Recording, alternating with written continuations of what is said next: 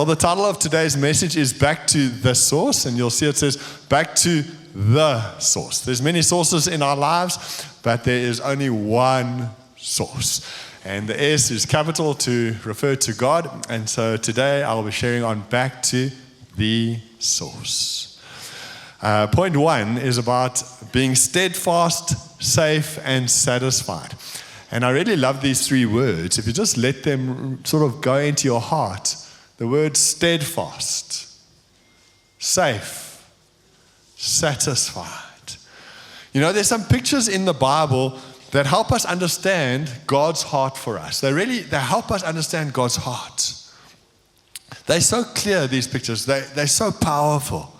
And when we take hold of them and when we let them permeate our souls, we really can be steadfast, safe, and satisfied no matter what we are facing.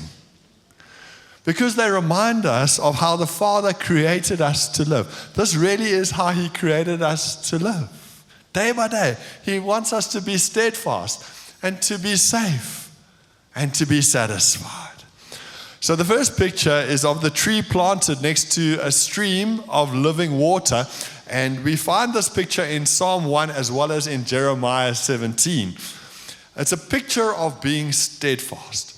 So Psalm 1, verse 1 to 3 in the New King James Version reads as follows. Blessed is the man who walks not in the counsel of the ungodly, nor stands in the path of sinners, nor sits in the seat of the scornful. But his delight is in the law of the Lord. And in his law he meditates day and night. He shall be like a tree planted by the rivers of water, that brings forth its fruit in its season, whose leaf also shall not wither, and whatever he does shall prosper. It's quite incredible, this. Quite incredible, God's heart for us. In Jeremiah 17, verse 7 to 8, we read the following. It says, Blessed is the man who trusts in the Lord and whose hope is in the Lord. That man will be like a tree planted by the waters, which spreads out its roots by the river, and will not fear when heat comes, but its leaf will be green, and will not be anxious in the year of drought, nor will cease from yielding fruit. You know, it's such a beautiful picture for living. So the next picture is the picture of a flock of sheep completely safe in the presence of their shepherd. You know, Psalm 23 provides us with this visual, and it's my favorite psalm. Who else has got Psalm 23 as their favorite psalm? A whole bunch of us. We can all share it. The sheep are safe. The shepherd knows their needs. He provides for them, he protects them, and he blesses them. I just want to read one verse from Psalm 23. It's verse 4.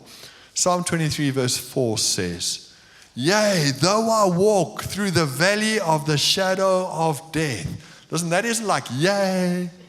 That is like yay. Okay. Another way of putting it would be even. It's like, even though I walk through the valley of the shadow of death, I will fear no evil, for you are with me. Your rod and your staff, they comfort me.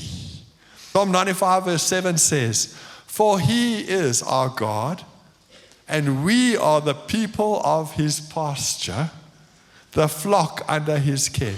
So like, here's the Father, and we are his sheep. He's watching us. He cares for us. He won't leave us. Why? Because we belong to him. The sheep in Psalm 23 had no fear. No fear. They are safe in their shepherd's presence. So just to say that knowing the safety of the presence of God is his heart for us. So we have the picture of the steadfast tree, and then we have the picture of the safe sheep. But there's another picture here, and this third picture also reflects God's heart for us. And the picture is of a satisfied child, a weaned child. Very beautiful picture. So one of my favorite photos is of Colin in Pam's arms when he was younger. So there's that photo. And I absolutely love this photo because he doesn't have a worry in the world. He is safe, he's secure, he's satisfied, he's at peace, he's at rest in his mother's arms. He doesn't have any needs. But you know, the Lord has got this picture on his mind for us. Psalm 131 verse 2, he refers and he says, surely I have calmed and quietened my soul. Like a weaned child with his mother, like a weaned child is my soul within me. So the Lord wants us to approach life and go through all the different things that we need to go through. But he wants us to go through it knowing that we've got a Father who's holding us and that we can be safe and secure and at peace and satisfied in him. We serve a wonderful God. He's a good God. And his heart is for us. His heart is for us.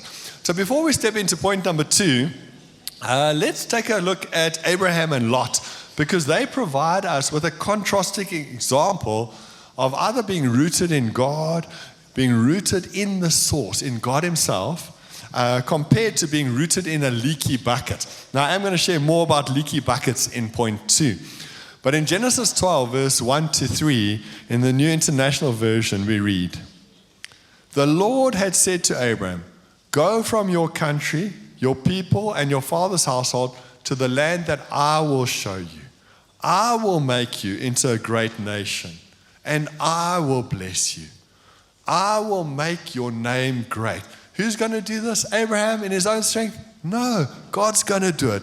I will make you. I will bless you. I will make your name great, and you will be a blessing. I will bless those who bless you, and whoever curses you, I will curse. And all peoples on earth will be blessed through you. In essence, God was saying to Abraham, I will be your source. So point number 2.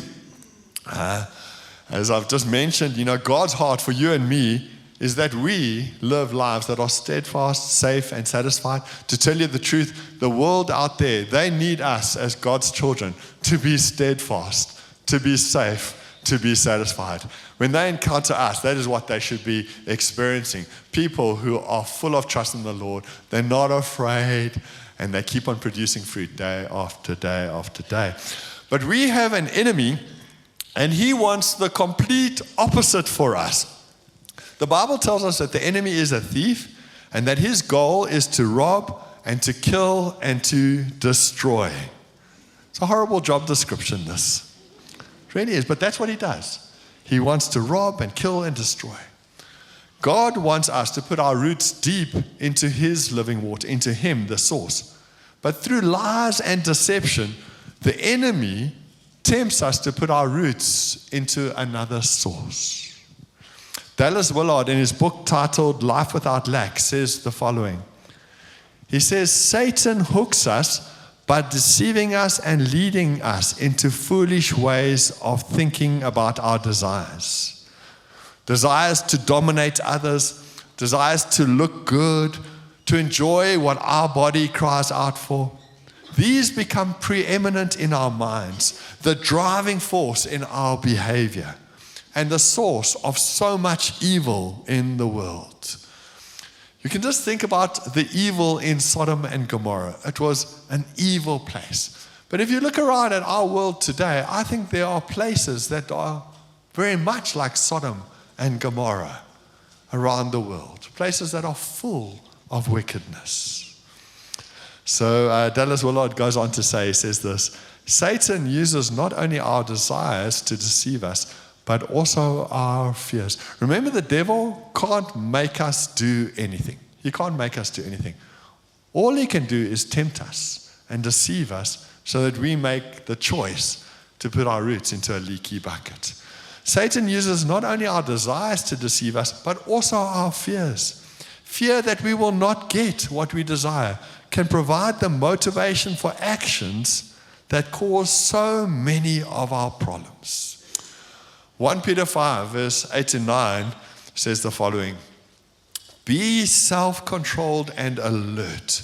Your enemy, the devil, prowls around like a roaring lion looking for someone to devour. Resist him, standing firm in the faith. The Bible doesn't tell us that we must fear the devil or be timid of him. The Bible tells us we must be self-controlled and alert. We must realize that he is real and that his goal is to rob and kill and destroy. We need to be self-controlled and alert. Gary Smalley, in his book titled Joy That Lasts, refers to these other sources as leaky buckets. He calls them leaky buckets, and he highlights 4 in particular, and these are them. People, places, possessions, and position. He calls them leaky buckets. I think I would add pleasure to that list, because we live in a very pleasure-seeking world. People just want what will make them feel good and what will be nice for their senses. But it's not always good. Very often it's wicked. The problem with all of this is that self is never satisfied. Self is the opposite of a weaned child. It always wants more. It is focused inwards on our desires. It's not focused outwards on the needs of those around us. When we are self-focused, we are dependent on things going well, on people treating us well, and on getting what we want. You know, self may be happy for a while, but not for long. Remember, any source beside God is a leaky bucket. The joy will eventually leak out. The story of the Israelites in the Old Testament is a very good example of this. When things went well for them, they were happy. But as soon as things didn't go their way, they were unhappy and they would complain bitterly to God. So here they are in a famine and they complain and they're not happy. God delivers them through Joseph and provides for them in Egypt, gives them the best of the land. They're happy. The Egyptians get threatened by them and enslave them. They're unhappy. They're unhappy. You know, then God delivers them through the Red Sea, delivers them out of Egypt. They're happy. Amazing way he delivers them. Then they find themselves in the wilderness with no food, no water, and they are unhappy. And they complain. Then God provides for them miraculously with water from a rock and with manna and quail, manna from heaven and quail that he blows in from the winds. And they are happy again. You know, it's quite easy to look at the Israelites and just go, oh, that's just so crazy. And it looks crazy from a bird's eye view. But I think a bird's eye view of our own lives can show the same pattern. A bit like ping pong, you know, we're up and then we're down and then we're up and then we're down, then we're happy, then we're not happy, then we're full of joy, then we're not full of joy. Whenever we try to find a source other than God, we are putting our roots into a leaky bucket and the joy won't last. Gary Smalley says the following. He says, people cannot be our source of joy because we cannot control them. Places cannot be our source of joy because we get bored with them. It's quite amazing. You know, you trust God for a home of your own. You trust and you pray. You trust and you pray. Eventually you find a lovely place. You move in, you're so happy. 2 years later, your friend buys a place. It's much nicer. It was a bit cheaper. You're not happy anymore. Possessions cannot be our source of joy because we never seem to have enough. And then positions also cannot be our source of joy because there's always a better position out there. Friends, if we put our roots into leaky buckets, we will quickly discover that the fruit in our lives is no longer the fruit of the Spirit. Let me that just sink in. We will quickly discover that the fruit in our lives is no longer the fruit of the Spirit. Instead of love, we are likely to see irritability and anger and criticism. We may even end up hating someone. Instead of peace, our tree can be full of stress and anxiety. How about the fruit of kindness, the fruit of the Spirit of kindness? I love this fruit. I think it's one of the most beautiful of the fruit of the Spirit. Because it's very easy to be kind. It's very easy to be kind. It just involves being attentive to the needs of someone else and helping them where you can. It's all it takes to be kind. Maybe a glass of water in the night, or maybe making a cup of tea for a family member that's going through or that has had a difficult day. It may just be a smile to someone who's looking a bit downcast. It's easy to be kind. But if we become focused on ourselves, we can easily overlook the opportunities all around us to be kind. We go to our workplaces, we go to our schools, we go to our universities, we go to the extended family for lunch. And if we've got our roots in leaky buckets, we will overlook those opportunities to display the fruit of the Spirit and to show kindness to those around us. So what do we do if we carefully and honestly take stock of the tree of our lives and see more fruit of the flesh than fruit of the Spirit? What do we do if we're just honest and we see fruit of the flesh? Well, firstly, we need to take it very seriously. If my engine light on my car goes on, it won't be wise for me just to drive around as if nothing is happening. What I'll do is I'll drive slowly, and I will drive to a place where they can check my car and service my car so that whatever caused that light to go on is repaired. So if you start to see fruit in your life like stress and striving and irritability and anger, consider them warning lights. If you find that you have become proud because of your achievements or what you have, or envious of what other people have, just consider them a warning light. If you struggle to say no to temptation or have got caught up in an addiction of any kind, see it as a warning light that you have put your roots into a leaky bucket. So in Mark 1 verse 32 to 38, we read about Jesus, and Jesus is our example on how to live a rooted and fruitful life. So at evening, when the sun had set, they brought to him all who were sick and those who were demon-possessed. Now, just to let you know that this is the evening. What had happened when Jesus woke up in the morning, he had got ready, he went to the synagogue, he taught in the synagogue. While he was there, he cast a demon out of a man in the synagogue. When he got home to Peter's house for lunch, he had to heal the cook before they could have lunch. Okay, that was Peter's mother-in-law. Can you remember the story? And so he had to heal her before he could have lunch. After lunch, he had an afternoon nap. The reason why I know that is because in the Bible, there's nothing else written. It's nothing. There's nothing. So he had an afternoon nap.